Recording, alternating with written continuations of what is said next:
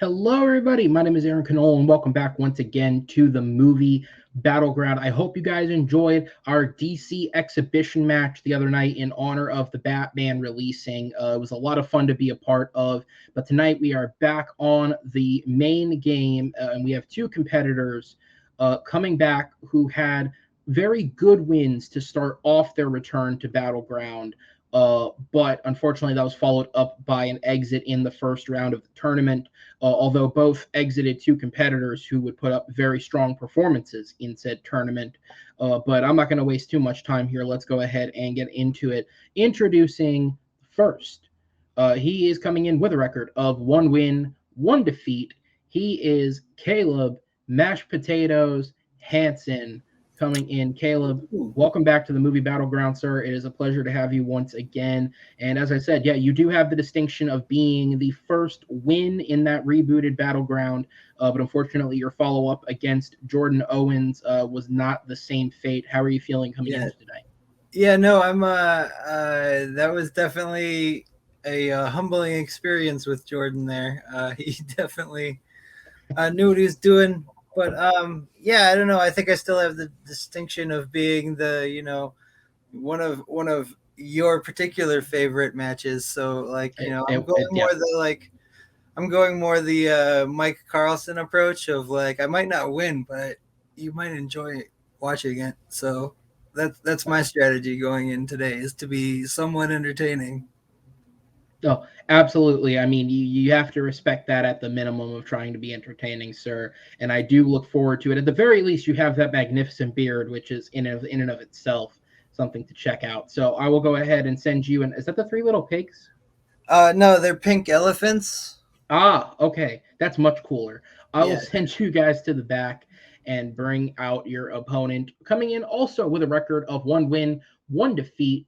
He is Malcolm Lay, everybody's favorite guy who ranks shit, maybe. I don't know, depending on what your taste is. Malcolm, how are you doing today, sir? I'm doing pretty good. Just here to have fun and hope to at least go to sudden death. Well, the last time you went to sudden death, it did work out well for you because you did take that victory. Unfortunately, it was not meant to be against Rue, but you still put in a very solid performance in that matchup. How are you feeling coming in against Caleb now?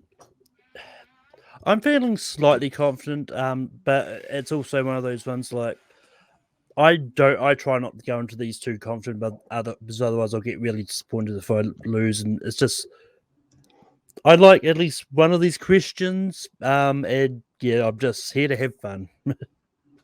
Absolutely. If you have zero faith and confidence and excitement, then at least you can't be disappointed. It is an approach. And I listen, I can respect it. I can respect it. Go ahead and bring in your opponent. Let's go ahead and get into this. Movie Battleground is a game that is a best of 5 rounds. It is the first to 3 points to win. Each round of debate will be worth 1 point. If a competitor does happen to get 3 points in a row, that is a victory by knockout. And if we do have a 2-2 tie after our 4 rounds, we do have a blind round question ready to go for both of these gentlemen, which we will talk about when we get there. In terms of how the regular debates work, the competitors have been given the questions ahead of time. They've had their time to prep. Each argument will open with a 1-minute opening that will be followed by 2 more minutes to expand and explain their argument, followed by 4 minutes of open debate, and then a 60-second closing argument to wrap up the round.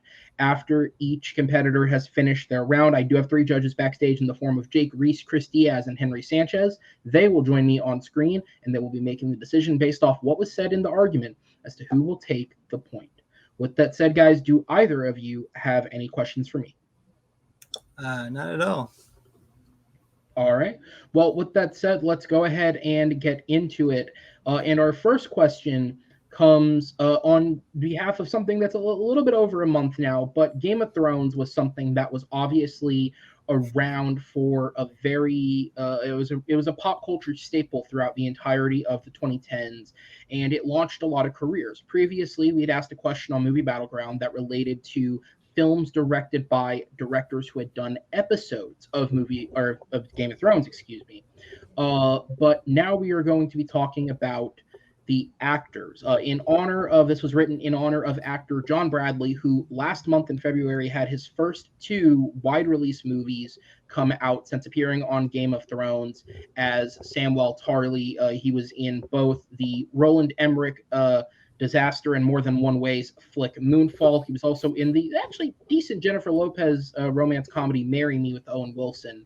The question is, which actor from Game of Thrones has had the best film career after being on the show? Now, to give the full context of what we're going for here, these guys could have picked actors that had careers before Game of Thrones, but we are specifically focusing on their careers following Game of Thrones, which means anything they produced from 2011 on counts towards what can be discussed today. With that said, though, I think these guys have picked 2 actors that do have some highlight films in their filmography. But with that said, Malcolm, because your previous victory was through the blind round, that was the slight edge to give you the favorite today. And you chose to go first on questions 1 and 3. Caleb, you'll go first on questions 2 and 4. So as I go ahead and bring in the timer for you, sir, you will be able to start speaking. You can speak whenever you damn well like, truly, but the timer will start ticking once you have spoken. So the person that I picked for this is Kit Harington, and I think Kit Harington's had the greater performance film career since Game of Thrones. Like when you look at his filmography, well, yes, Pompeii is there, but he's also been in How to Train Your Dragon 2 and The Hidden World, which arguably is one of the greatest animated franchises. Like, here's a chance to go on to do more stuff in the MCU because he was introduced in the Eternals as Dane Whitman, who does go on to be the Black Knight. Well, yes, Eternals wasn't well received by critics, but it was a lot of fun, and that doesn't mean, but he has a potential to go further in the MCU with that character. All right, that will be time on the opening for Malcolm. Mashed potatoes, I head back over to you, sir. Timer starts when you speak. All right, so yeah, I don't know. Kit Harington's been in I'd say a fair amount of iffy projects, and then like even some of them big budget. The actor I picked has been in a few not so great movies, but he's also been in, I would say, 2 modern classics, and has had a large part in both of them. And that's Alfie Allen. He was in John Wick and Jojo Rabbit, which were like 2 of the biggest movies when they came out, and still hold up as really freaking great movies. They were successful and like kind of underdog films too. So he was taking more ambitious roles, I think, than Kit Harington, and that's why I picked Alfie Allen. All right, that will be time on the clock, guys. Time starts, Malcolm, for your 2-minute round when you begin speaking.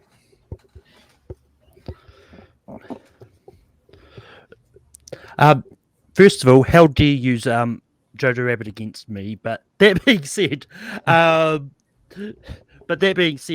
look, well, yes, Alfie Allen's been great, but because when I looked up, I was actually surprised when I saw how much was like he's been in a lot of movies I'd never heard of. Like the only ones I've heard of is The Predator, John Wick, and Jojo Rabbit, and outside of those 3, a lot of them are really forgettable. Well, yes, you could say the same about Kit Harington too, because he's been in a lot of sort of forgettable stuff as well.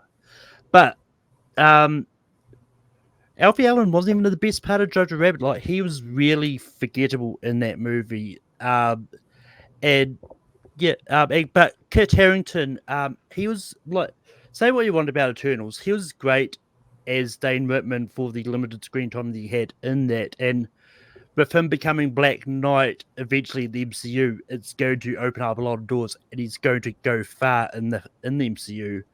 And like as I said, with How to Train Your Dragon, like he's great in that franchise, and it's just I yield the rest of my time. All right, no problem. We'll go ahead and jump the timer forward just a little bit. Come on, there we go. All right, Caleb, the timer will continue when you start your 2 minutes. Well, first of all, how are you going to say he's not the best part of Jojo Rabbit, and then bring up Eternals and say he did a good enough job? He was in it for like 2 minutes of screen time, maybe. The classroom scene, the bridge scene when the first thingamajig attacked them, and then at the end, and then the post-credits stinger. He's got so little to do in that movie. He could have not been in that movie, and it would have been exactly the same. So it's weird you bringing up, at least you remember Alfie Allen in Jojo Rabbit. By the way, I would put these two movies against basically the career of anybody else on from Game of Thrones, since Game of Thrones. These were the biggest, a lot of people I know, and lists and stuff were putting them as best movies or top 10 of the year. These two movies alone make his filmography stand out head and shoulders above any of that rest of that leading cast. And you already brought up Pompeii, which was just a total dumpster fire.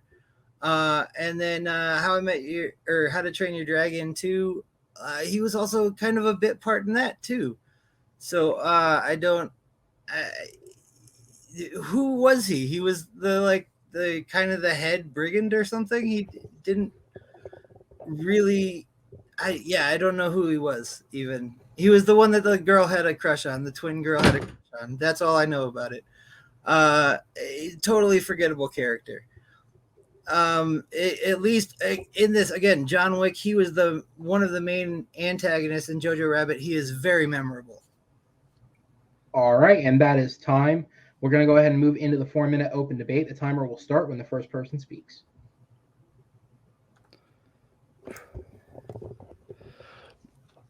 Look, all right. Go for it. Sorry. Yeah, no, it's one of those ones. Well, yes, Kit Harington has done a lot of bit parts, but his bit, with Eternals, his bit part has the potential to be a bigger part down the line. But who is he? What's that character? Who is that character? He's nobody. He becomes. If you don't know the comics and you haven't been looking at the internet memes, you don't know who that character is. They didn't develop him in any way.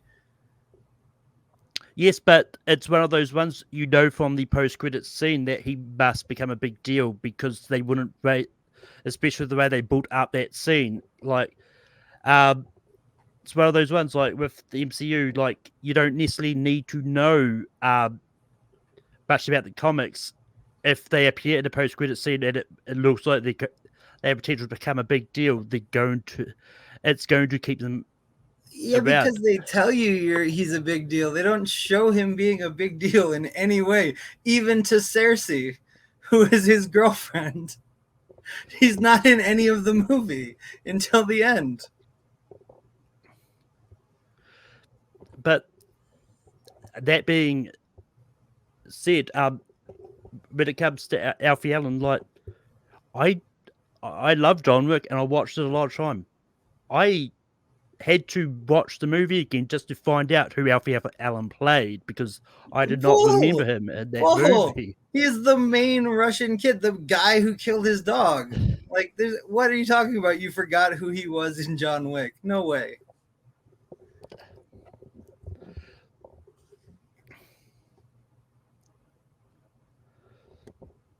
Okay, so also with Jojo Rabbit, you just look at the casts that are in these movies that Scarlett Johansson, Taika Waititi, Sam Rockwell, Rebel Wilson, Stephen Merchant, and then you got John Wick, Keanu Reeves, you got Willem Dafoe, Ian McShane, just powerhouse actors that he's working with. Who was it? How to Train Your Dragon 2, you had Gerard Butler, and Jay Baruchel. Like the caliber of actors that he's working with too is like higher. The rest of the cast in these movies doesn't factor into this debate because it's about their film career. It's about the movies from their career. Who was in better movies. It looks like we both read this one differently, which is going to make this interesting. But it's one of those ones like with Kit Harington. Like I would argue that he's in better movies because, like, even though the critics did not like Eternals, I thought it was a fun movie. It was definitely a lot of great. And if you want to argue caliber of actors, like you've got people like Angelina Jolie, Salma Hayek, Kumail Nanjiani, a lot of great cast is in. Kumail Nanjiani isn't exactly a big draw. He's a good comedian, but he's been in like 2 movies and a TV show.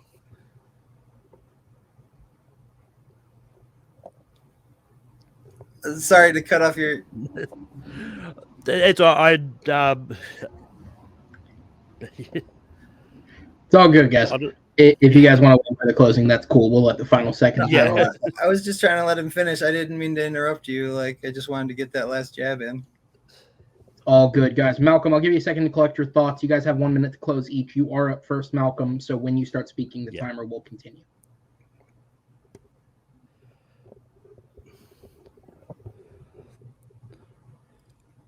Look, when it comes down to which of these Game of Thrones cast members has the better filmography, Kit Harington by far has, in my opinion, has the stronger one because, look, when you look at things like How to Train Your Dragon and Eternals, like How to Train Your Dragon alone, both those 2 movies are high up there on the Rotten Tomatoes scale. They're about 90%. Like, well, yes, Eternals is technically rotten according to it, but it's still a lot of fun, and it's got potential for him to go further in the MCU with that character. On Alfie Allen's side, like, well, yes, Jojo Rabbit and John Wick are good movies. Like, his performance in those movies, like, are very small and kind of forgettable and sometimes. All right. That'll be time on Malcolm. Caleb, you got 1 last minute on the clock when you speak. I think maybe you're confusing a person being immersed in the role that you didn't recognize it was Alfie Allen from Game of Thrones with being forgettable, because nobody forgets the guy who killed the dog and who John Wick is hunting the entire time. And also you want to, like, there are other movies, Pandemic sort of recently, 2016, I think.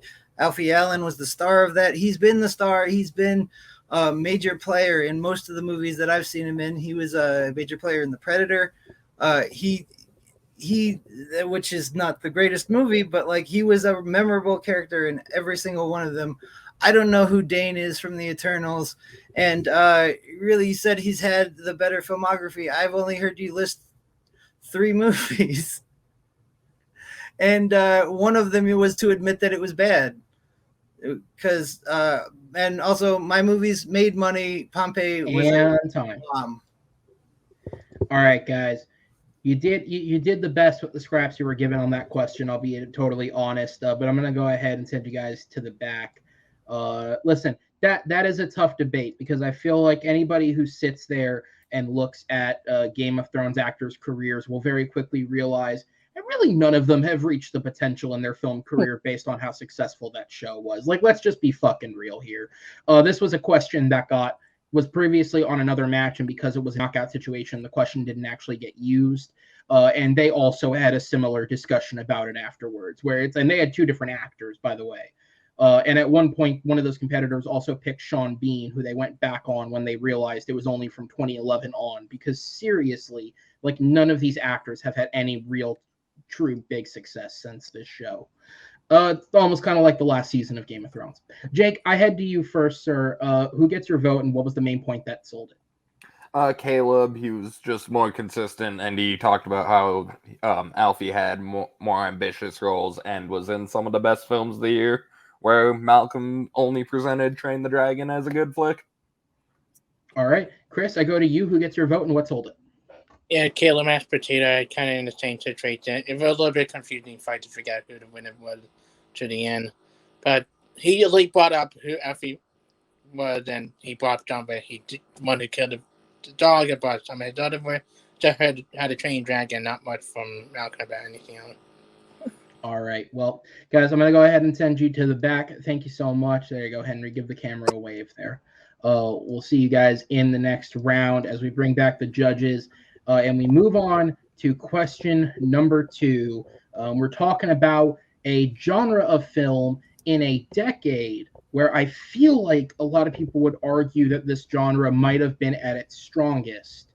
But we're talking about the worst of it. The question is, what is the worst parody film released in the 1980s? Now, as I've done with certain other genres here, I am stretching the definition of parody just a little bit in that if it is a film that is clearly satirizing and taking tropes from other films of the genre that it is attempting to be in and doing it in a comedic light, then I will count that as a parody. To give a more modern example, though it is technically not called a parody film, I would have accepted something like 21 Jump Street because that movie is clearly satirizing and making fun of cop film tropes without actually calling itself a parody. So we've stretched the definition just a little bit to allow a couple extra movies in, but I think these guys do have 2 rather interesting picks that I'm curious to see get talked about here.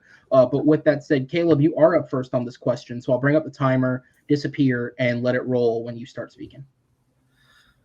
All right. So I first became familiar with this movie thanks to like a show that Jeremy Adams and Sandy Richardson did, where they talked about like movies that they thought were good from the 80s and 90s or something like that. I don't remember the show exactly. Anyways, it's unimportant because I was so like confused by the conversation about that. This is a movie that is a parody of the Pirates of Penzance that actually uses some of the music from the Pirates of Penzance, as well as like just a bunch of weird 80s like music videos happening all throughout it. It's a strange movie. It's called The Pirate Movie, and it is absolutely the worst parody of the 80s. I'll yield my time. All right. And yes, shout out to Henry in the chat. Nostalgia Goggles was the name of the show you were referencing. That's it. Yep. Thank you.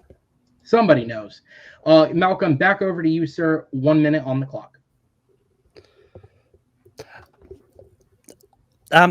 Yeah, so this was a tough one for me because, like, out of all the ones that came out in the 80s, I like all the ones I've seen. So I definitely take it. So this was definitely a tough one for me, particularly. But ultimately, I ended up going for the one that, out of the ones that I've seen, is the one that I like the least, and that is Clue. Look, when it comes to sort of murder mysteries, and that, there's been a few interesting parodies. Like one came out in the 70s, which people would argue is one of the better murder mystery parodies, but Clue is just one of those ones that's just taking advantage of the board game and doing something. And while it is a lot of fun, it's definitely one of the weaker ones of the. It's definitely dated. And time. All right. So we have the Pirate Movie versus Clue. Caleb, I go on to you, sir. 2 minutes on the clock. All right. Okay. Dated. That's Clue started out as a it was intentionally a period piece. It's making fun of those types of movies. So of course it's going to be somewhat dated. Also, like Clue is a classic. Like there's been, widely known, especially in our community, debates about Clue and how good it is to how bad it is.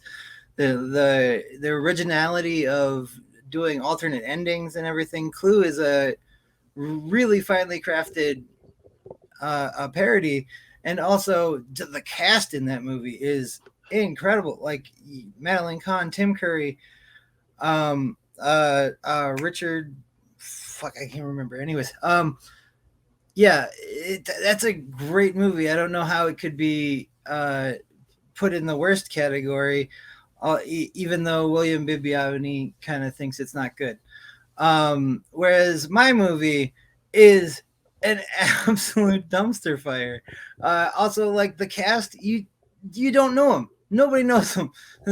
Christopher Atkins and the main character is Christy McNichol. It's a nobody nothing movie that randomly breaks into a musical when it wants to be. At some point, there's pirates fighting ninjas.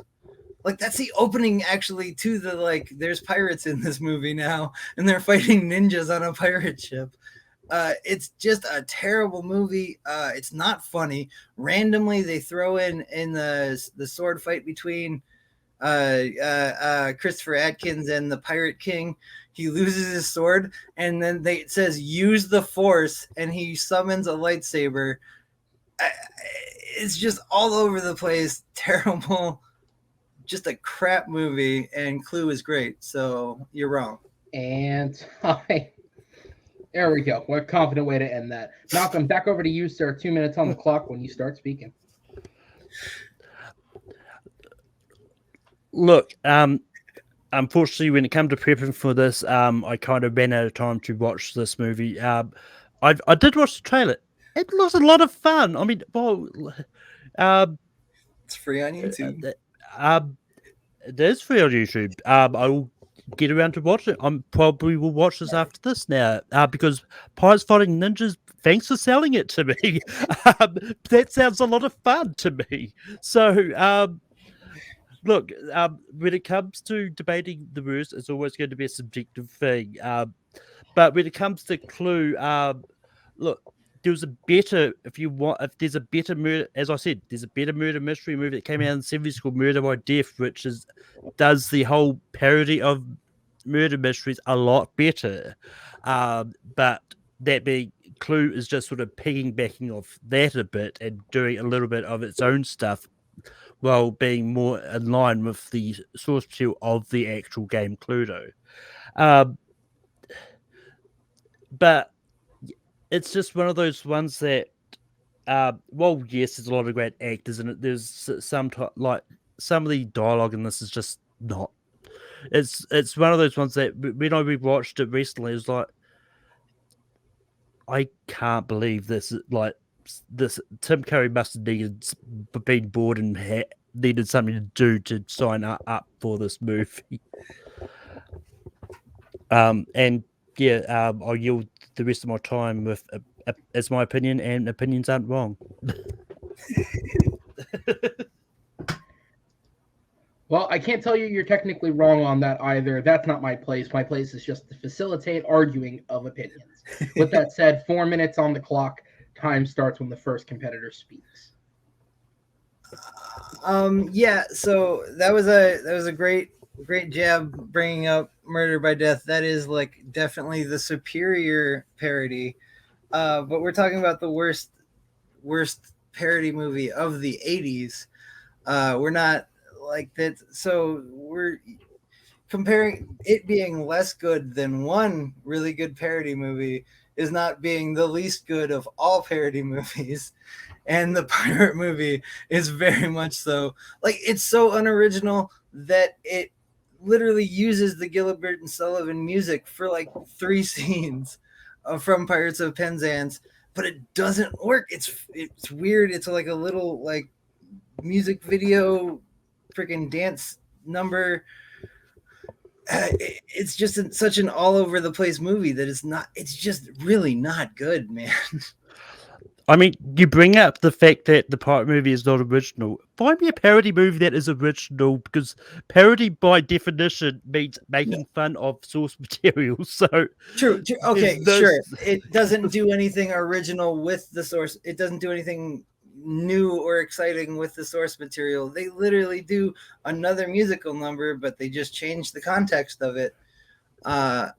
It's really weird. Also, just to go back here, the whole plot of this movie is that Christy McNichol has a crush on this boy who was nice to her because she's a nerd. Then she follows him into the ocean and gets stranded on a desert island, and then dreams this whole thing. The whole thing is a dream.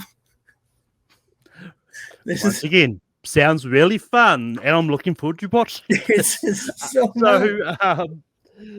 but the thing is, with Clue, it's essentially, to turn your point back on you. It basically takes the premise of the actual board game and the fact that you don't, like, with the way the game works, you don't know really who the murderer is, and they play into that. So they don't really do much original with that concept either.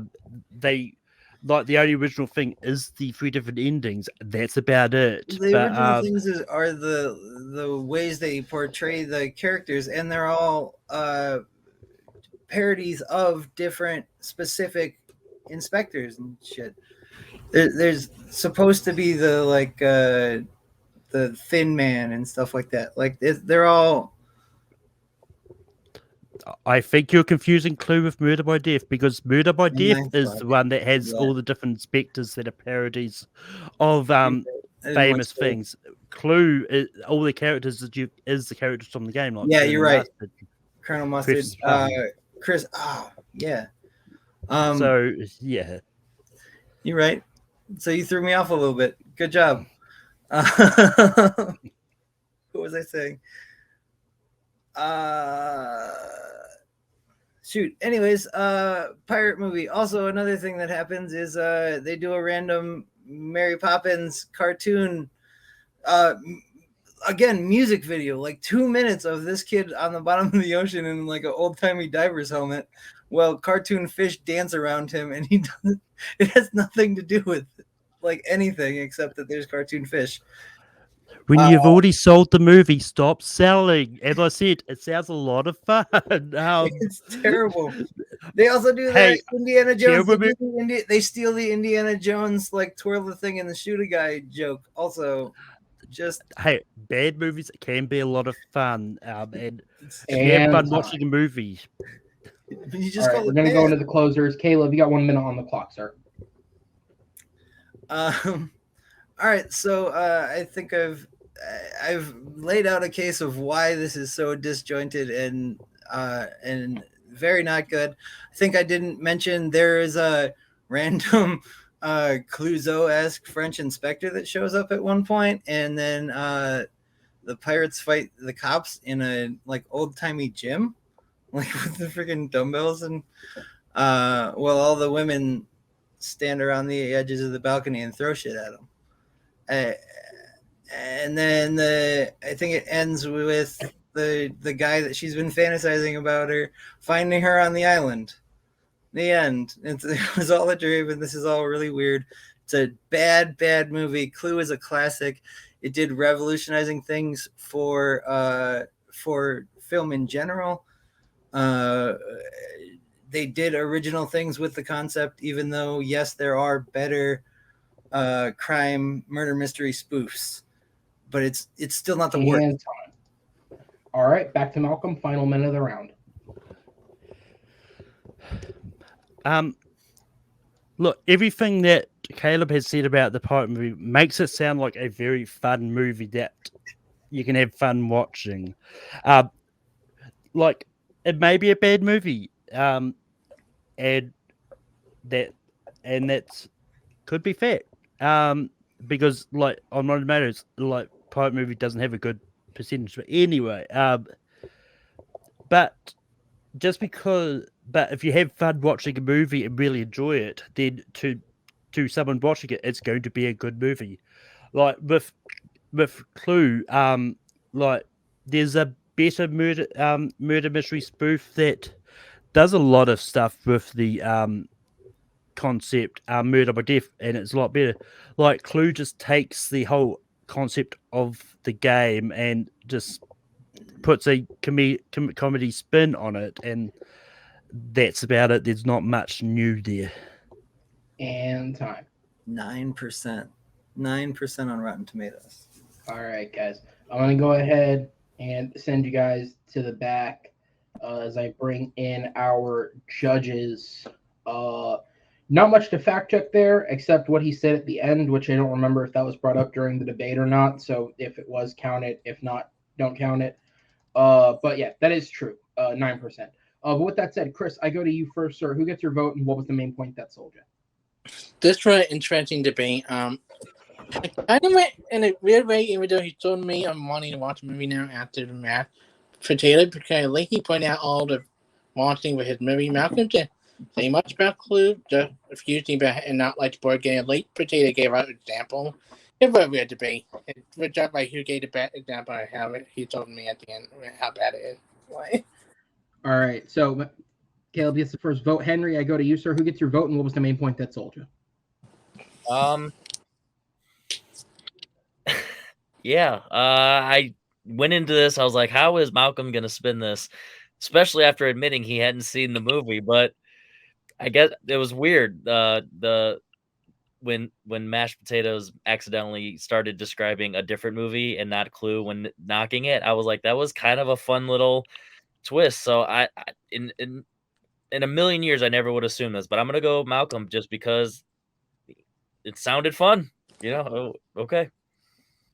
All right. Then, Jake, I go over to you. Who gets your vote, and what was the main thing that sold you?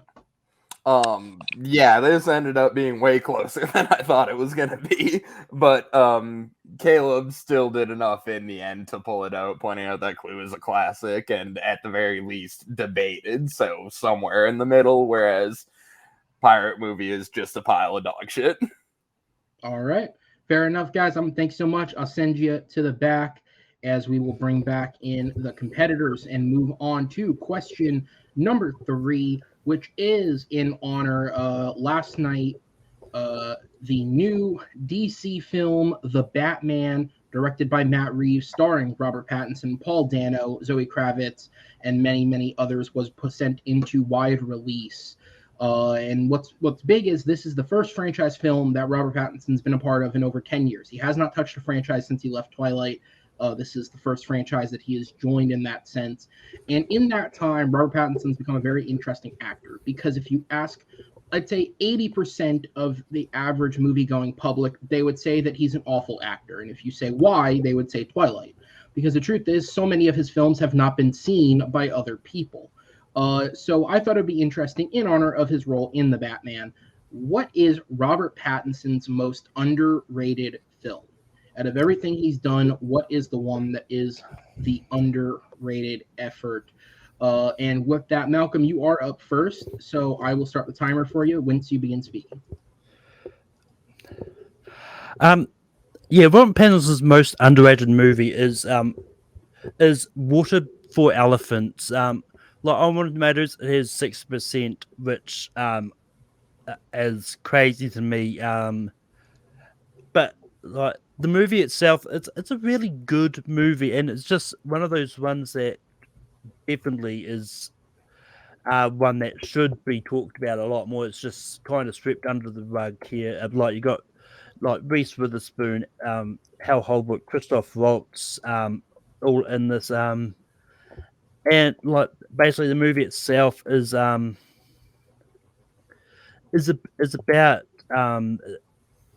yeah. What's it? I don't know, but yeah, it's about the circus owner that kind of helps with elephants and that. But it's one of those that is a really fun movie. And yeah, I yield the rest of my time. All right, Caleb, back to you. Time starts when you begin speaking.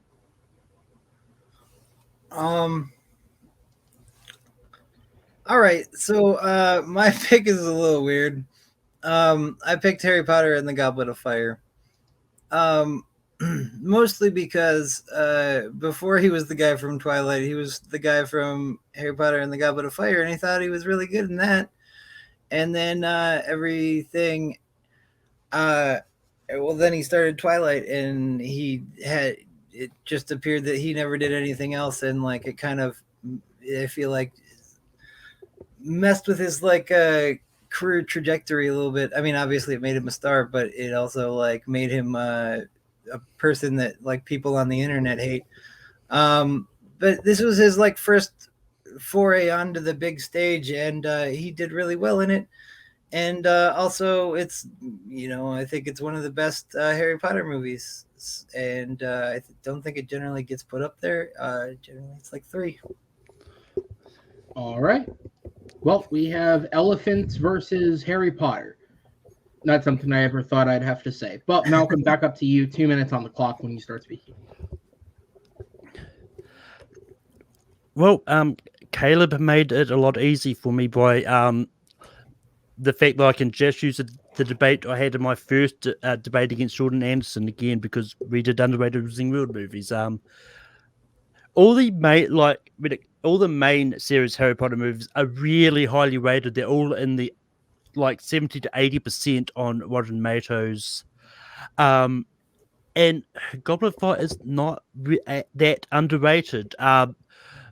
It's, well, yes, in terms of Robert Pattinson movies, it may not be talked about as much. But that being said, people still love Goblet of Fire. People do talk about it a lot. Water for Elephants is one that is definitely one that just doesn't get talked about, because Robert Pattinson puts up a really great performance as Jacob, and it is one of those heartwarming stories about the circus and all that, and just it's one of those ones that is really great, and I really think it is better than the 6% Rotten Tomatoes score it's been given. It definitely should be talked about a lot more. I yield the rest of my time. All right. No problem with that. Jump it forward. One more. There we go. All right, Caleb, time starts for you when you begin speaking. So I don't know. I guess I was going kind of the way that Malcolm was kind of saying in the first round. I went more with like of a Robert Pattinson movie, and I guess I was doing more of the underrated in terms of social consciousness. I think yeah, I mean, people probably didn't see Water for Elephants, but it was a good movie. So I'm gonna be honest, I didn't do I didn't look up the Rotten Tomato scores or anything, but I don't know. It was just like a weirdly middlingly good movie. That, like, I mean, he was talented in. I think I feel like people in the sphere at least knew about Water for Elephants and thought it was pretty good, at least everything I'd heard about it. And Harry Potter and the Goblet of Fire, yes, all of those movies are rated highly, but socially, like, people forget that Robert Pattinson is in it. Often it gets overshadowed by Twilight constantly.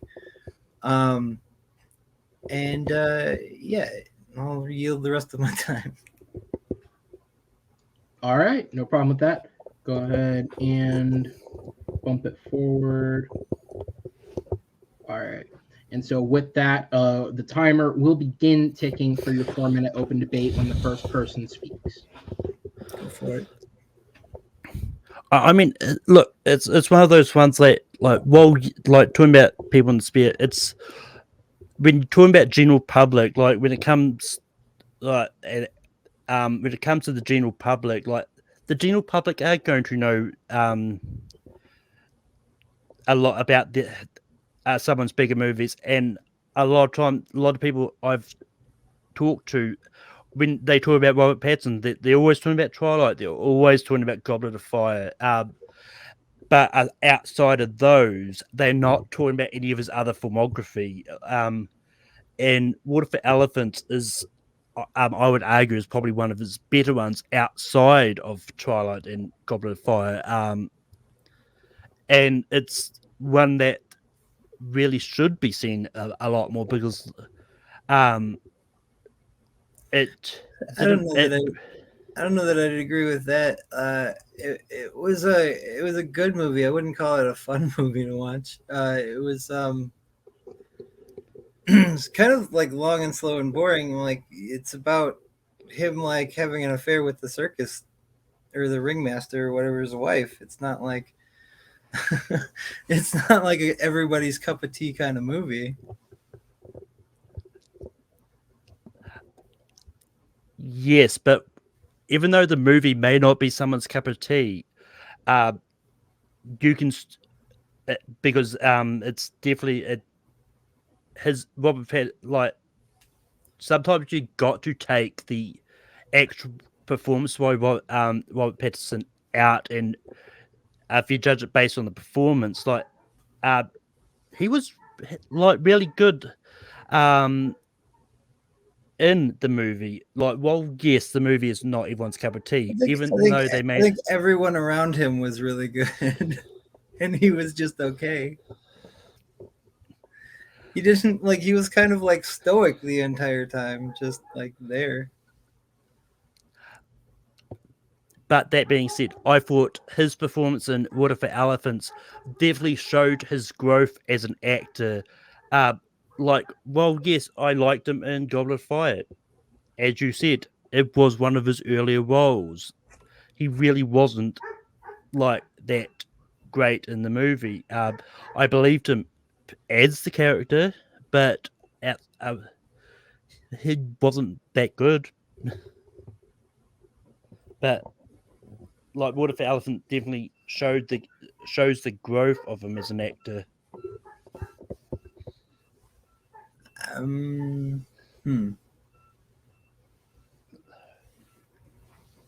Yeah, I got nothing else, man. I was gonna say, if you guys feel good with it, you guys can jump forward. Yeah. Yeah, I'll cut it.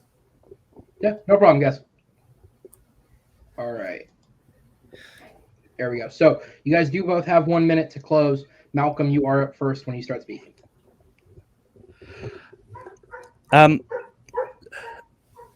Look, when it comes to underrated movies, Goblet of Fire is one that is definitely not underrated in any sense of the word.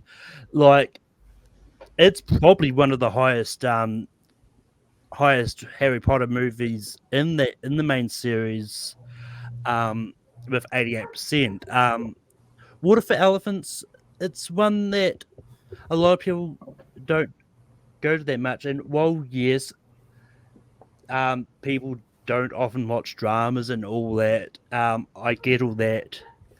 But his performance in the movie is great. And it definitely shows him starting to grow as an actor and moving out of like the big franchise roles, and building himself up to the point where he does become someone that they would cast as Batman. All right, that is time. Caleb, back over to you. 1 minute left when you speak. I just got to rebut that again. Like, I don't think you see any of the shades of Batman in Water for Elephants at all. He's very much so doing his being attractive and being stoic in that entire movie. Same as Twilight. He's not that interesting of a character in that movie. Like, he's definitely grown as an actor. You can see it in other movies like Lighthouse, or that's the only one I've seen, but there's other ones, I'm sure. But Water for Elephants it's just a weird pick for me. As to why Harry Potter is underrated, I think I might have lost that one.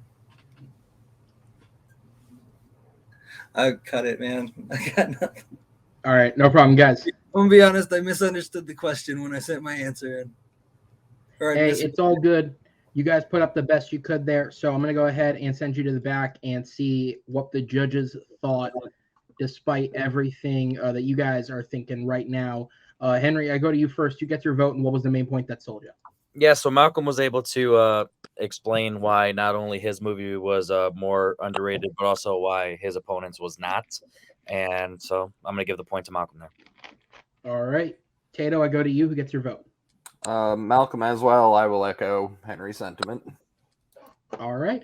Well, pretty cutthroat and easy there, guys. Thank you so much. I'll go ahead and send you guys to the back as we will move into the fourth and final question of regulation.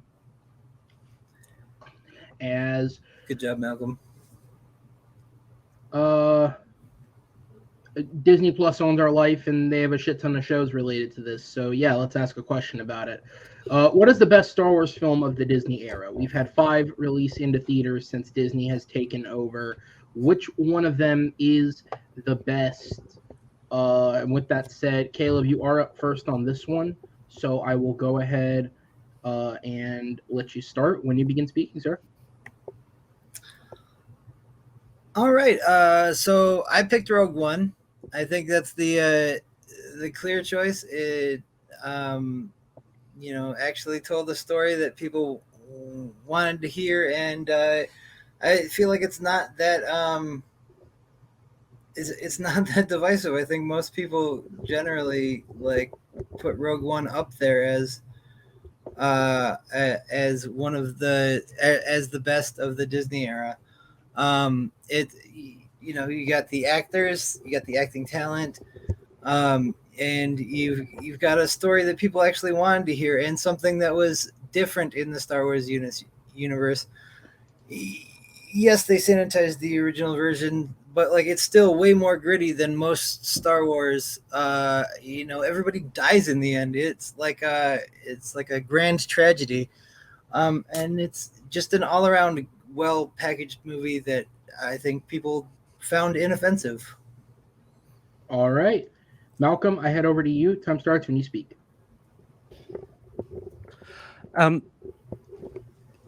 So for me, I picked Force Awakens as the best movie of the Star Wars era, and like for the most part, Star Wars was that like nothing was happening with Star Wars, and then when Disney bought them, they brought out Force Awakens, which, well, yes, people may argue, as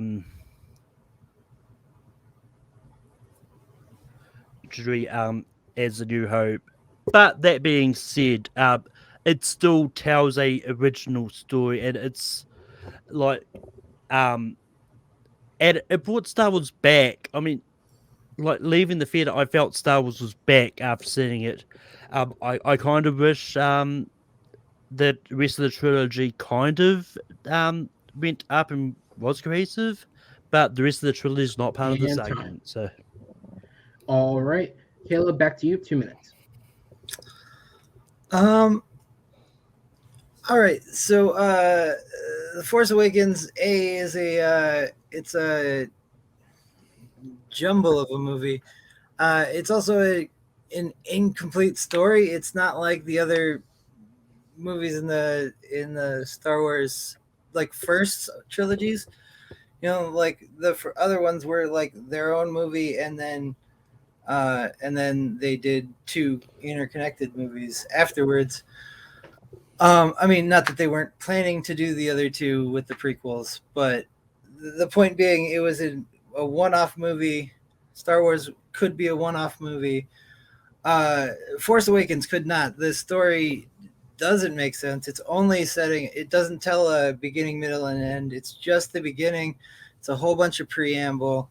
And it's also just like, it started the, fanboys like hate being like, I hate Star Wars.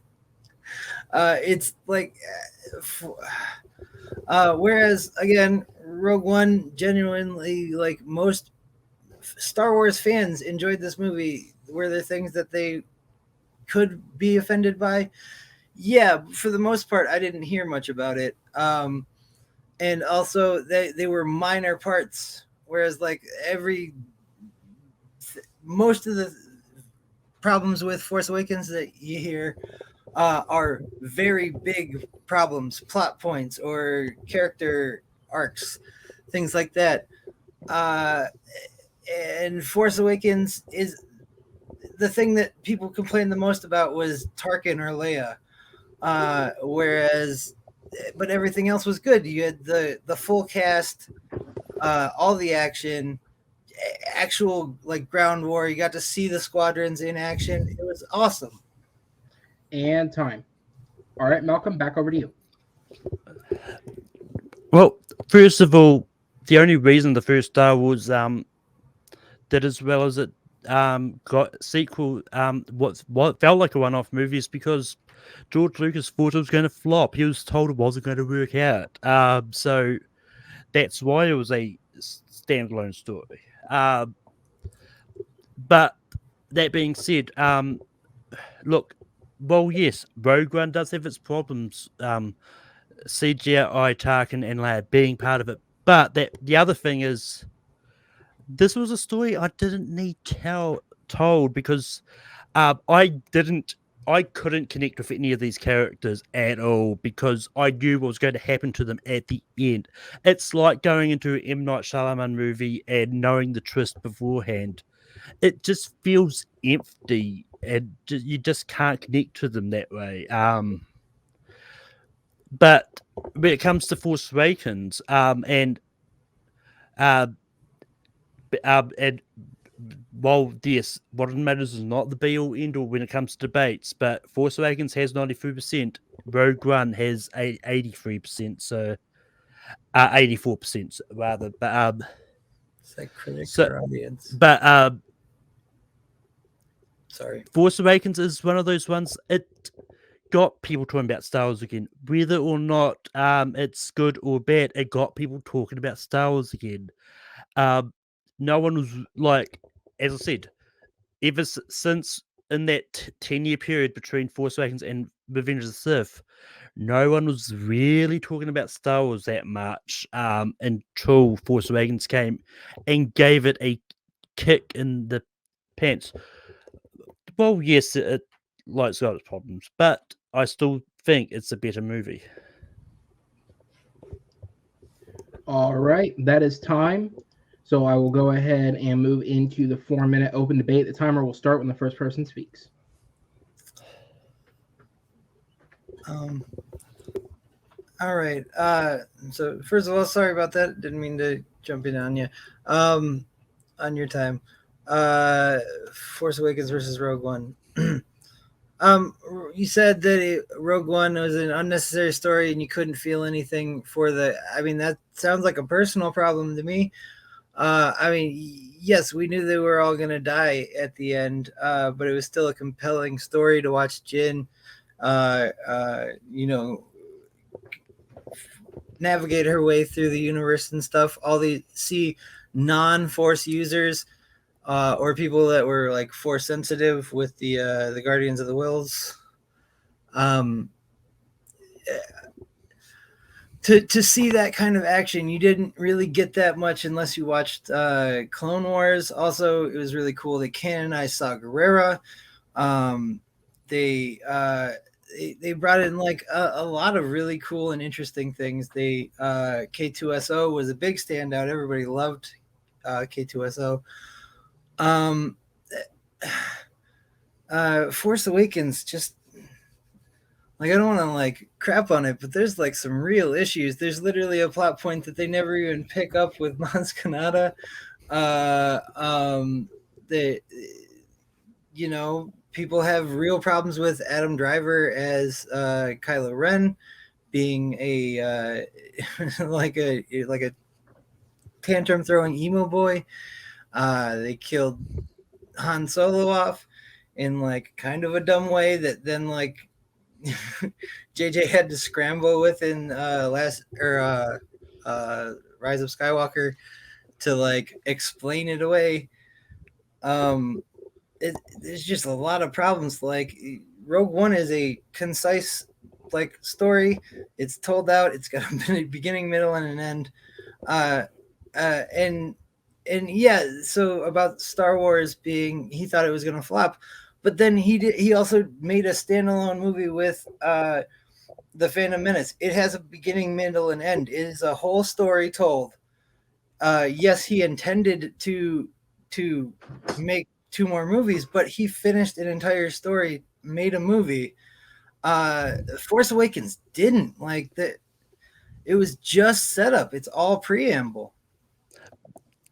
Yes, but that's the thing. And personally, I've felt that like Force Awakens on its own can hold its thing. Once again, you bring up the Phantom Menace. It was he, even though he knew he was going to make the episode 2 and 3, he also knew he was going to time jump it forward. And he thought it was necessary to talk about the Phantom Menace. But anyway, we're not talking about the prequels. But when it comes to Rogue One, the story it told, I did think was like compelling and all that. But the one of the big issues is for a story to be truly compelling and feel something for the characters when they die, you need to have connected with the characters, and that's where my problem with Rogue One is because you're telling me you didn't relate to Cassian Andor at all when he had that whole big like I've been in the war since I was 6 years old, or like your heart dropped a little bit when K2SO died. Don't even tell me you didn't. Donnie Yen like was very relatable. I don't remember his name right now, but it's Donnie Yen. I mean, I felt nothing when they died. As like, yeah, we knew they were going to die anyway. Oh, sorry about that, guys. Sorry about that. I missed the cue at the timer there. All right, we'll go ahead and move into the 1 minute closer. Caleb, you're up first. Time starts when you begin speaking. Okay.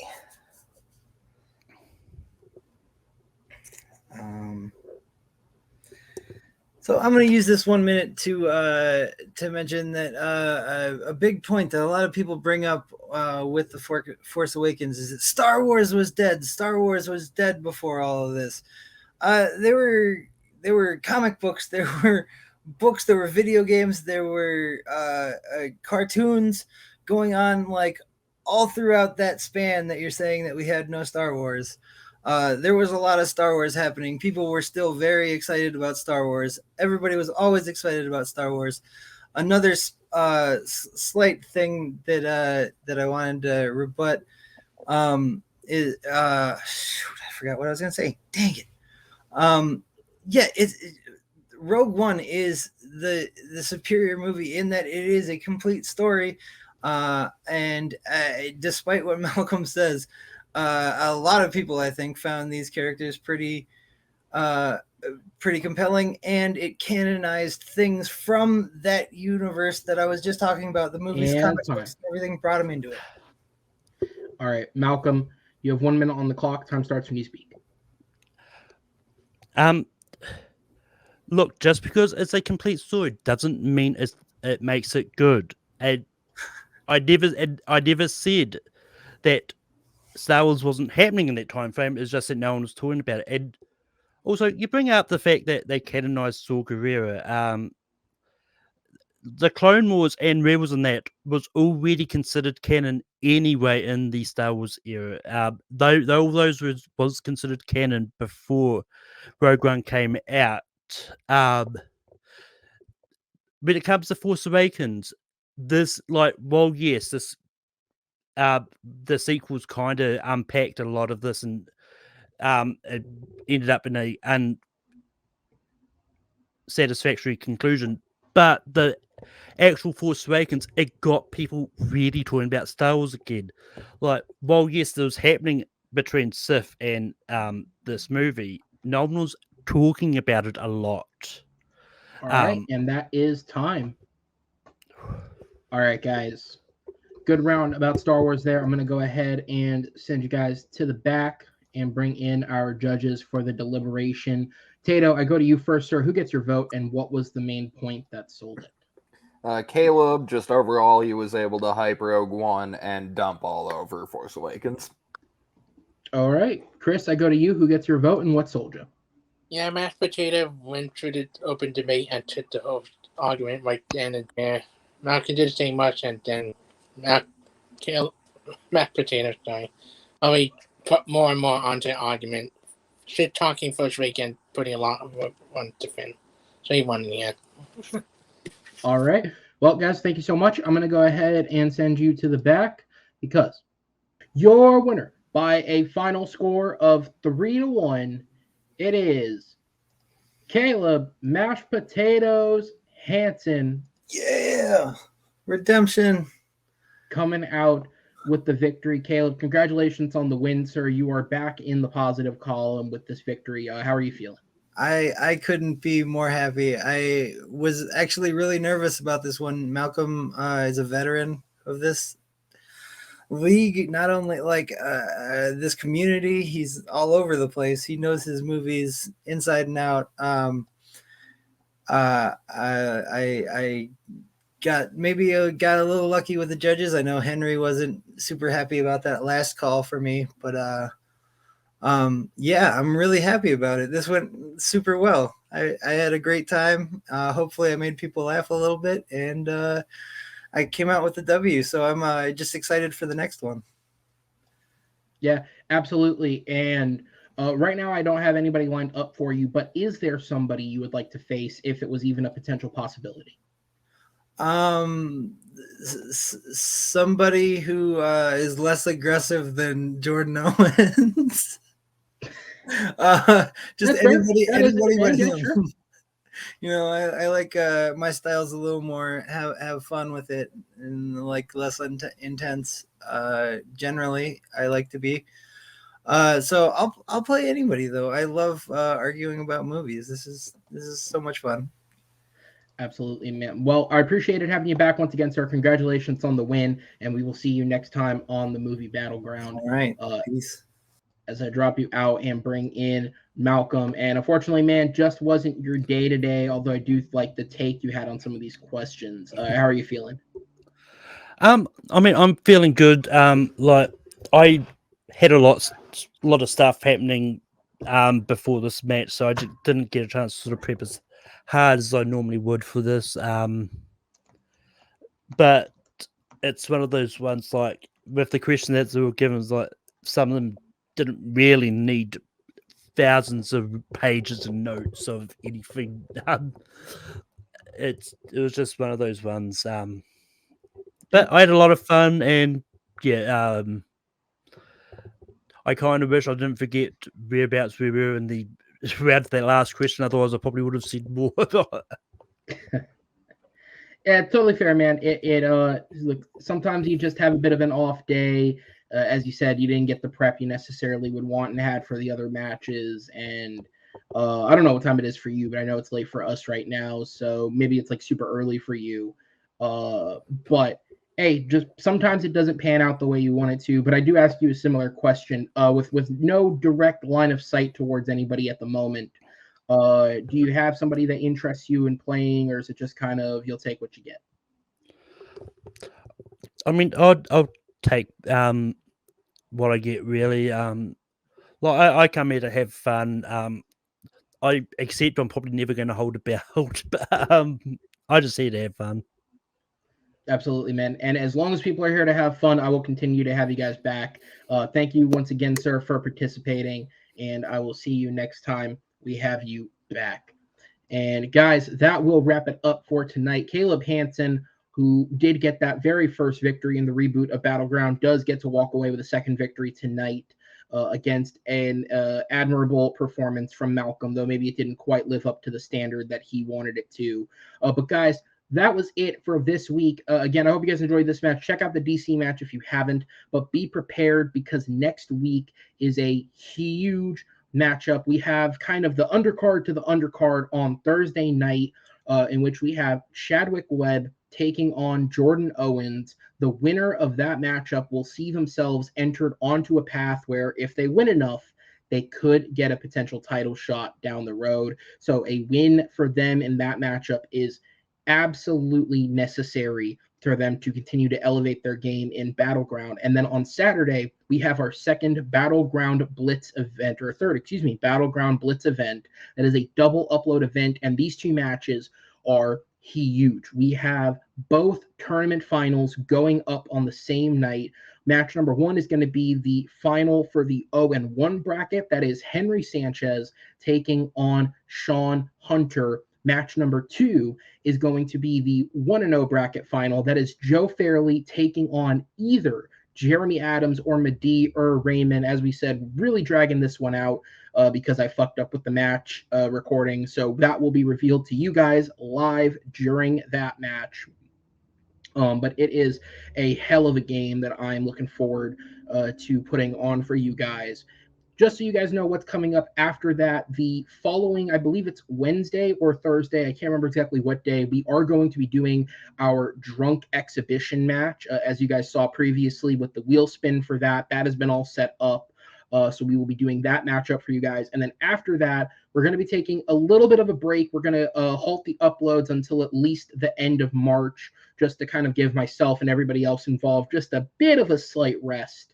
So we don't have to pump things out consistently because we've been pretty much going straight through since the start of the year. So at that point, it would have been like 10 weeks straight. We've had consistent uploads every week. So just a little bit of a break to get some R&R. But without your guys' support, we wouldn't be able to do as much as we've been able to do. So continue to rate the videos, continue to drop comments, interact with the channel, subscribe if this is your first time seeing this somehow, and stick around for all the great things that we have coming up as we are building towards our first title match taking place in April. With that said, on behalf of our three judges tonight, Jake Tato, Chris Diaz, and Henry Sanchez, on behalf of Malcolm Lay, and on behalf of our winner, Caleb Hansen, my name is Aaron Knoll. We'll see you guys on the Movie Battleground. Take care, everybody.